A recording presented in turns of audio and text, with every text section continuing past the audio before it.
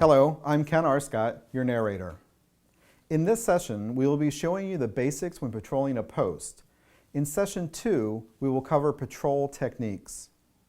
Because patrolling is so important and sometimes complex, this training video is in 2 sessions.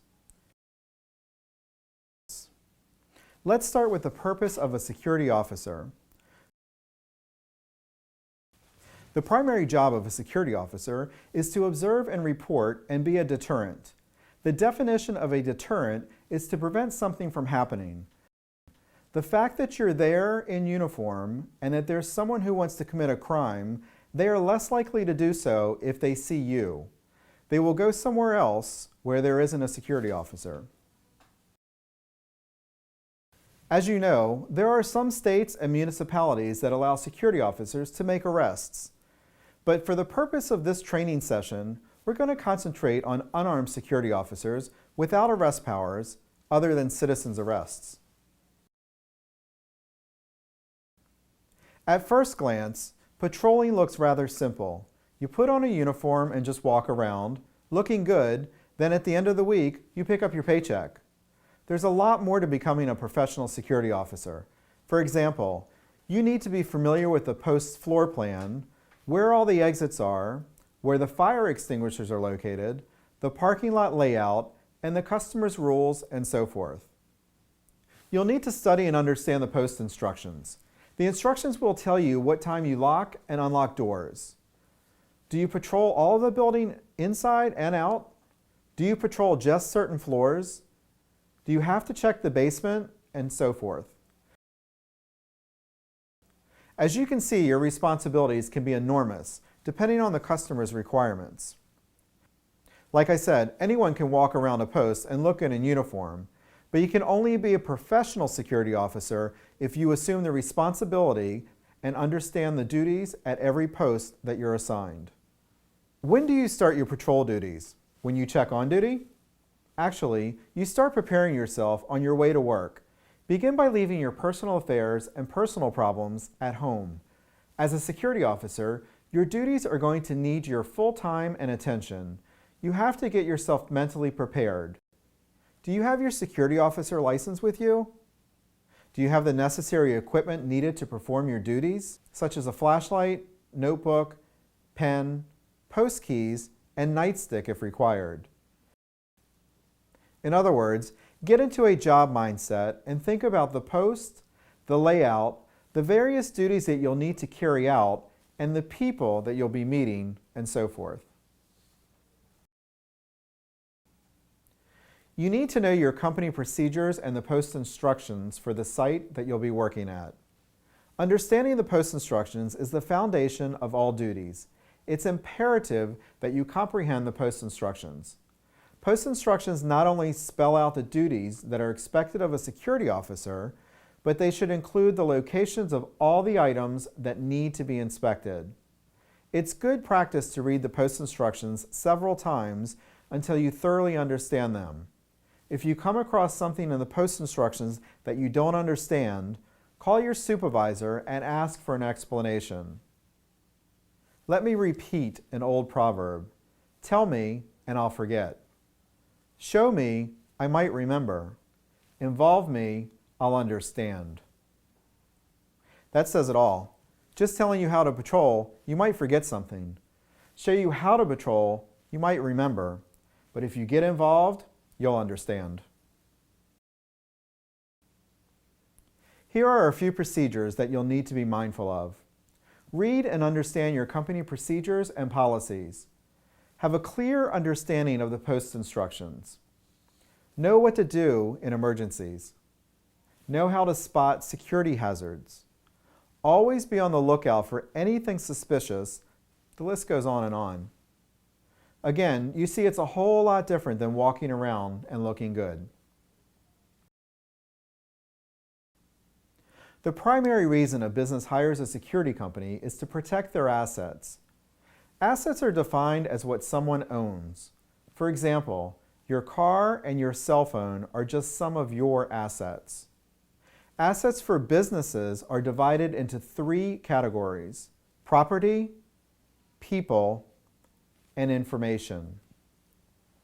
Property assets are defined as all the material things that the customer owns. Things like buildings, vehicles, merchandise, office equipment, and so forth. People assets are defined as customers, employees, clients, and visitors. And information would be documents, computer files, and company secrets such as grand opening plans, releasing a new product, etc. How do you protect the customer's assets? There are 3 phases to this: observing, reporting, and being a deterrent. When I say observe, I mean that you stay alert, stay attentive, and remain focused on your duties and surroundings. Reporting means that you pass on information about anything unusual that you discover or is reported to you. Your reporting can be verbal or written, but for the most part, your reporting will be in a written format. The word deterrent means to prevent something from happening. A large part of your time is spent being a deterrent. As you know, criminals don't like to have witnesses observe them. This is especially true if the witness happens to be a police or a security officer. Most of the time, you don't even have to say anything. The fact that you're in a security uniform tells everyone what your purpose is and increases your deterrent effectiveness. Truth is that you will probably never know how many crimes you've prevented. Have you ever heard a criminal going up to a police or security officer and saying, "Because you're here, I'm not going to steal from this store"? Of course not. They just move on. The fact is that security officers and even the police are never going to stop criminals from wanting to commit a crime. A thief is a thief, and you can't take away their desire to steal, but you can take away the opportunity by being a deterrent. It all boils down to this. The uniform makes a statement: I'm a security officer, and if you commit a crime, I will do something about it. If you doubt that, then think about this. You're driving on a highway and suddenly you see a police car. What's the first thing that you do? That's right, ease back on the gas pedal and look at your speedometer. The policeman didn't do anything except be present. That's the deterrent effect that I was talking about. Here's another example. A burglar looking to break into a business. He sees 2 stores. One has a sign on the door that says, "Security alarm." The other doesn't. Which one is the burglar most likely to break into? That's right, the one without the security alarm sign. The alarm system was a deterrent. What I'm saying is that criminals tend to commit crimes where there is the least resistance, and you as a security officer represent that resistance. While on patrol, always be on the lookout for the unusual. What I mean is, look for anything that's different from what it's supposed to be or different from when you last saw it. Use all of your 6 senses. And yes, I said 6 senses. See, hear, feel, smell, taste, and common sense. Let's take the first sense, see. As you patrol, look around and don't just look forward. Look left, right, up and down, and every once in a while, look behind you. If you see something out of the ordinary, check it out. For example, things like broken glass, propped doors, a door that was closed when you last saw it, or a light that was off and is now on, or a light that is on and is now off. But always remember that if you observe something that is or has the potential of being dangerous, always call for assistance before you proceed. If you see a minor incident, such as a small leak in the basement, a cracked sidewalk, an accumulation of trash in an area, you don't have to call for immediate assistance. Write it in your notebook and then follow it up later with an incident report. Observations are not only important, they're essential. Regarding your sense of hearing, listen to the sounds around you. Many times you can hear something long before you actually see it. Recognize the sounds of your post. If you hear strange sounds like glass breaking or a car starting up in a building that's supposed to be empty, check it out. Always call in for backup. Here's another example. Suppose you're working in a frozen food warehouse that had a noisy refrigeration system that operated on demand, and it's constantly coming on about every half hour. By knowing that it's an automatic system, you probably could disregard those sounds. What if there's a generator that powers a refrigeration system and is supposed to run all the time? One day, all of a sudden, there's silence. That's an example of something you didn't hear. Be sure to check it out and notify management. The customer could lose thousands of dollars due to spoilage. How about your sense of smell? If the building's on fire, you'll probably smell the smoke long before you actually see the fire. Your sense of smell should search for other odors such as gas leaks, gasoline spills, decaying garbage, etc.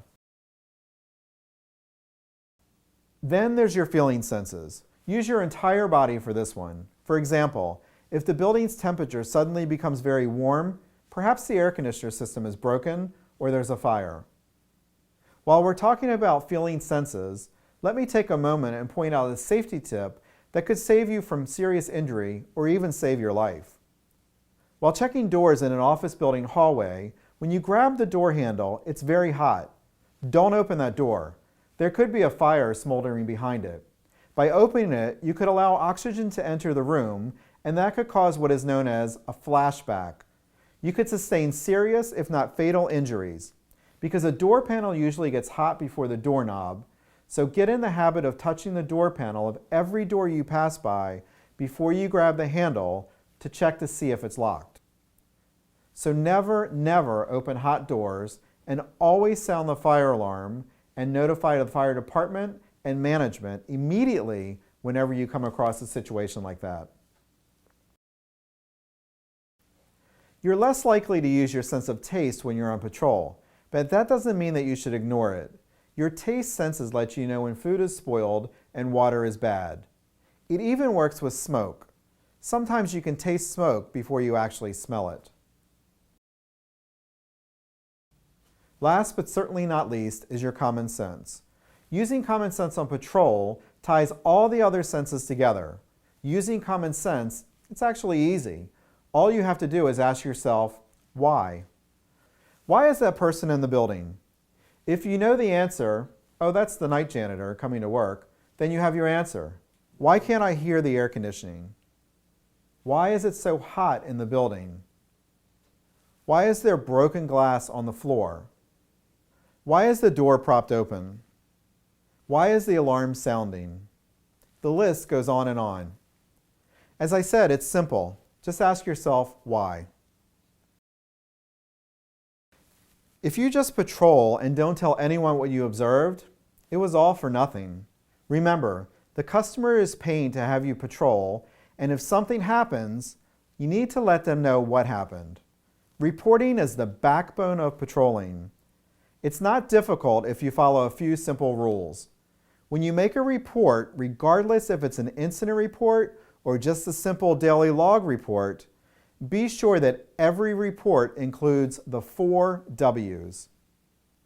They are who, what, when, and where.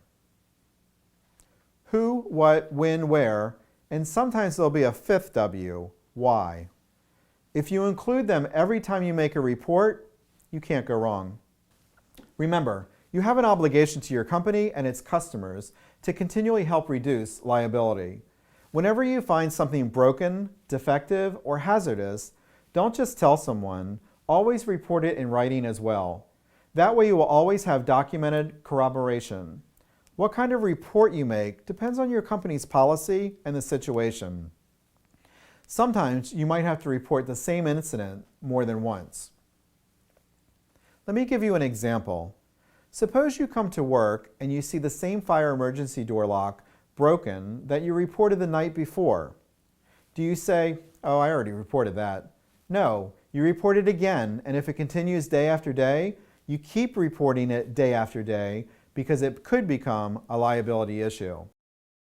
For example, let's say the fire door lock is broken for a door that needs to be kept locked to prevent unauthorized persons from entering the building. One day, someone enters the building and assaults a tenant. The tenant sues your company, the building owners, and possibly even you. Now you're in court and you're asked about the door. You tell the lawyer that you reported it once. He would then ask you if you observed the broken door on any days after you reported it. You would have to say yes. And they would want to know why you didn't keep reporting it. The hole gets deeper and deeper and starts to look like maybe you're to blame and caused the assault. Now, on the other hand, if you reported it and documented it every time you saw it, the report becomes a very powerful defense, not only for you, but for your company that you work for as well. You reported it, the client didn't fix it, it's not your fault, it's not your company's fault either. All trades have tools in order to accomplish their jobs. A carpenter has a saw and a hammer, an accountant has calculators and computers, the butcher has knives and scales. Security officers also have tools, several tools as a matter of fact. Let's go over just a few of them. Not to beat a dead horse, but your uniform is a tool. It gives you a professional image and is a deterrent. Your notebook and pen are tools. A notebook is very important because as a security officer, you're required to fill out incident reports, log sheets, and other reports. The problem is that these forms are not very convenient to carry around, whereas a notebook fits neatly in your shirt pocket. If you're on patrol and observe something that needs to be reported, write the facts in the notebook, then later, when time permits, use your notes to compile your report. And don't forget to carry a pen. Having a notebook and no pen, it's like a soldier without a gun. A flashlight should be carried at all times, especially if you're assigned to buildings or warehouses. You never know when you'll have to go into a dark area. Always check your batteries at the start and at the end of your shift. If they become weak, replace them. Otherwise, a flashlight just becomes dead weight. Cell phones and two-way radios allow you to communicate with your dispatcher, other security officers, a call for assistance, or a call to a supervisor. They are used to issue you assignments. For your own personal safety, always insert a fresh battery in the two-way radio at the beginning of your shift. Always charge the cell phone at least 8 hours before the shift. There's nothing more frustrating than having a radio or a cell phone go dead just when you need it the most. Incidentally, a cell phone battery will last a lot longer if you don't text your friends while working. This training session does not teach nightstick techniques. However, I want to tell you that if you do carry a nightstick that is a defensive weapon, it's not an offensive weapon. It's to be used to defend yourself in the event that you're attacked. And never walk around with a nightstick in your hand or twirling it while on patrol. It should always be carried in the nightstick holder on your belt. In this day and age, with AIDS, HIV, and hepatitis B prevalent, there's always the possibility that you could come into contact with someone who's infected. A blood-borne pathogen kit is used to protect you. These kits usually consist of a pair of rubber gloves, a face mask, and eye protection. Most people require security officers to carry the building's master keys to lock and unlock doors. Each time that you take possession of a set of keys, you assume a tremendous responsibility that you should not take lightly. What if the keys got lost and get into the wrong hands? It could put many people into jeopardy and cause you and your company to be sued. Assuming responsibility for keys carries a tremendous amount of liability as well. To help reduce this liability, you should always wear on your belt a key holder. Whenever you're not using the keys, snap fasten the key ring into the holder. This reduces, if not eliminates, losing them. At the end of the shift, be sure to return the keys to their storage location or to the relieving security officer. You don't want to get home and get a phone call from your supervisor telling you to bring the keys back to the post. Guard tour systems are used on a lot of posts throughout the country to monitor patrols. There are several brands which all have various recording methods. For example, there are barcode readers, button readers, magnetic strips, and proximity readers, just to name a few. These buttons, barcodes, or magnetic strips are attached to areas where you are required to patrol, such as doors, hallways, stairwells, etc. They all require carrying a portable handheld reader to scan the check stations as a security officer patrols. The scenario works like this. Whenever a check station is scanned, the security officer's name, the exact time, the date, and the location are stored in the reader. That information is later downloaded into a computer or printed out for review. There are even scanners that send the data to headquarters in real time. Regardless of what system is being used, the purpose is the same. Verify that the officer actually checked specific locations at the required times. Many security officers, when they first use them, feel like these systems are like having a big brother watching you. The fact is, it's just the opposite. These systems are your best friend. They show management and everyone else that you have performed your responsibilities as required. Let me give you an example. Suppose a serious crime occurred on the east side of the post while you were patrolling on the west side of the post. The first thing you would be asked is, why didn't you prevent it and where were you when it happened? Using a guard tour system would prove without a doubt, with documented proof to back it up, that at the time of the incident you were on the west side. There are other tools such as handguns, handcuffs, mace, etc., all of which require special training and state licensing, which we're not going to get into in this training video. This concludes Patrolling 1. In Patrolling 2, I'll go over some other techniques that you can use while patrolling.